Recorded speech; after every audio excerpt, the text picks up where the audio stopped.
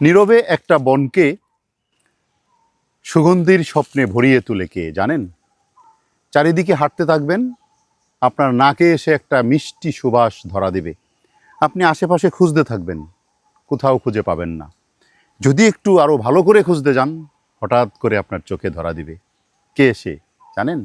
সে হলো এই কৈনার বা গার্ডেনিয়া করোনারিয়া।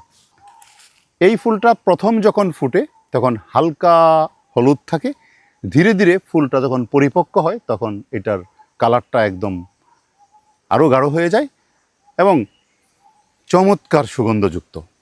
এটা গন্ধরাজের নিকটাত্মীয়। এটা শুধু সৌন্দর্য বিলিয়ে যায় তাই নয়, এটা একটা ঔষধি গুণসম্পন্ন উদ্ভিদ।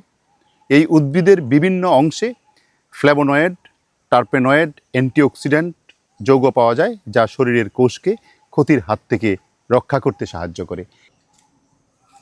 মানুষের জীবনকে সাজিয়ে তুলতে এই চমৎকার একটি ফুল অনন্য এবং জীবনকে বাঁচানোর জন্যও ঔষধ হিসাবে এর গুরুত্ব অপরিসীম।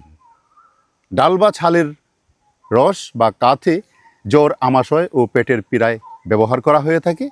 ফল বেটে ফোড়া ও মচকানো বা লিম্ফ নোডের চিকিৎসায় ব্যবহার করা হয়। এছাড়া পত্র নির্যাসে ব্যাকটেরিয়া দমন ও প্রদাহ কমানোর ক্ষমতা আছে। কি সুন্দর একটি ফুল দেখেন, এর পাতাটাও ঠিক গন্ধরাজের পাতার মতোই এবং জালিকা শিরা বিন্যাসযুক্ত পাতা।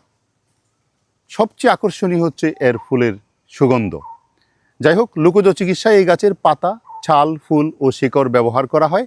বাত ও ব্যথা কমাতে ব্যবহার করা হয়। পাতা ও ফুলের নির্যাস শ্বাসনালীর প্রদাহ ও ব্রঙ্কাইটিসের জন্য ব্যবহার করা হয়। শিকড়ের কাত অর্জিন, গ্যাস ও পেট ব্যথা কমাতে ব্যবহার করা হয়।